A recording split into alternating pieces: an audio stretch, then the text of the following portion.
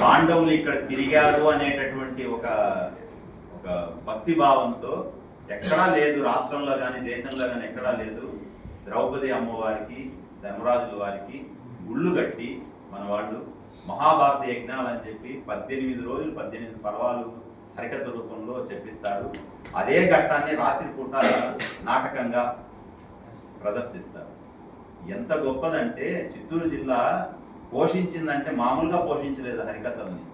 ఇప్పటికీ కూడా మొత్తము 250కి పైన సెంటర్లు ఉన్నాయి. ఆ గుళ్ళల్లో హరికథలు ఇట్లా మహాభారత యజ్ఞాలు జరుగుతున్నాయి. అటువంటి ఆ సెంటర్లలో అన్నింటిలో కూడా ఆమె హరికథ చెప్పి అంత గొప్పగా ఆమె దానికి పేరు తీసుకొచ్చారు. ఆమెకు ఎంత గౌరవం దక్కిందంటే అంత గౌరవము, అంత డబ్బులు, ఆవిడ అన్ని వైభవాన్ని అంతా చూశారు. ఈరోజు దూరదర్శన్లో, తర్వాత ఆల్ ఇండియా రేడియోలో గ్రేడెడ్ ఆర్టిస్ట్గా చాలా మంచి మంచి ప్రయత్నం చేశారు. ప్రత్యేకంగా చాలామంది స్టూడెంట్స్ని అంతా తయారు చేశారు ఆవిడ.